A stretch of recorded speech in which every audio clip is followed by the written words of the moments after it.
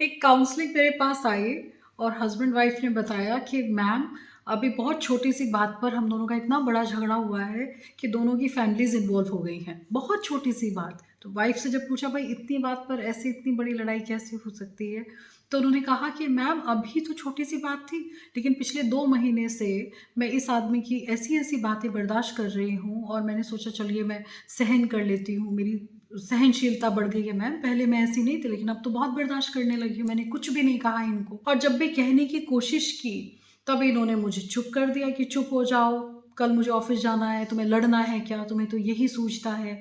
तो मैं बहुत सारी जगह मैं जब कहना चाहती थी तो इन्होंने सुना नहीं। अब जब वो ये सब बातें बता रही थी कि क्या क्या चीज़ें उनको महसूस हुई, किन किन चीज़ों को उन्होंने फील किया और किन किन बातों से वो हर्ट हुई, तो हस्बैंड ने 70% टाइम तो एक्सेप्ट किया कि हाँ चलिए ये फॉल्टी बिहेवियर था, लेकिन 30% केसेस में उन्होंने जस्टिफिकेशन भी दिया, जैसे क्लैरिफिकेशन दिया, भाई उस दिन ऐसे नहीं हुआ था, ऐसे हुआ था, आप मिसजज कर गए। अब प्रॉब्लम क्या है कि आप लोगों ने एक हेल्दी ओपन कम्युनिकेशन अपने बीच में नहीं रखा। अगर वाइफ ने जो बातें उस समय महसूस हुई थी अपने हस्बैंड को बता दी होती, भाई आज मुझे ये बात फील हो गई है, या ये आपने ऐसा कहा था क्या, क्या क्यों कहा आपने ऐसा, अगर उसी समय आपने पूछ लिया होता तो मैटर वहीं रिजॉल्व भी हो सकता था और हस्बैंड शायद लाइफ में आगे उस तरह का बिहेवियर या उस तरह की कोई एक्टिविटी नहीं करते। लेकिन वाइफ ने नहीं पूछा, उन्होंने बर्दाश्त किया, पर उधर तो मैसेज जा ही नहीं रहा है कि भाई ये हरकत या ये बिहेवियर आपका मुझे एक्सेप्ट नहीं है, तो वो उस बिहेवियर को कंटिन्यू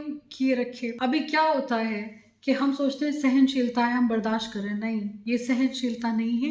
ये एक बहुत ही रेड फ्लैग है जब आप बहुत सारी चीज़ों को बर्दाश्त कर रही हो, अपने अंदर मन में रखा हुआ है, आपने ओवरलुक नहीं किया। वो चीज़ें आपके लिए मैटर करती हैं, उन्होंने आपको हर्ट किया है ना? और जो चीज़ें हर्ट कर रही हैं वो आपके दिमाग में तो है ना?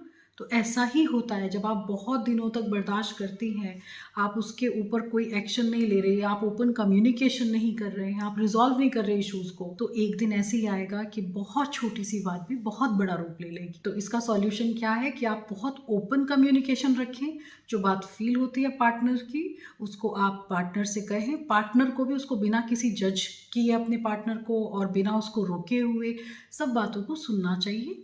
अगर आप एक दूसरे की छोटी-छोटी कोई बातें जो फ़ील होती है एक दूसरे को बता रहे हैं, इसका मतलब ये नहीं आप ऑफेंड हो जाएँ कि भई मैं अच्छा पार्टनर नहीं हूँ, क्या इसने ये पॉइंट आउट कर दिया या मेरा बिहेवियर अच्छा नहीं है। बहुत अच्छे लाइफ पार्टनर होते हुए भी कुछ चीज़ें, कुछ बिहेवियर, अनवांटेड बिहेवियर होते हैं दूसरे पार्टनर के लिए, उसको अच्छा नहीं लगता या वो फ़ील कर जाता है, तो ऐसी चीज़ों को कम भी किया जा सकता है और कम्युनिकेशन को ओपन और ऑनेस्ट रखिए। हमेशा कोई भी मैटर हो आपको रिज़ॉल्व तभी करना चाहिए। अब आप इसी केस में देखिए, अगर वो उसी समय पर उन चीज़ों के लिए अपने पार्टनर से बात करती, तो शायद स्थिति यहाँ तक नहीं होती जहाँ पर उनके बीच का एक छोटा-सा मैटर पूरी फैमिली के सामने आ गया है। तो इसीलिए हमेशा अपनी बातें एक दूसरे के साथ डिस्कस करें और कोई भी इश्यूज़ को रिज़ॉल्व करें। Thank you so much.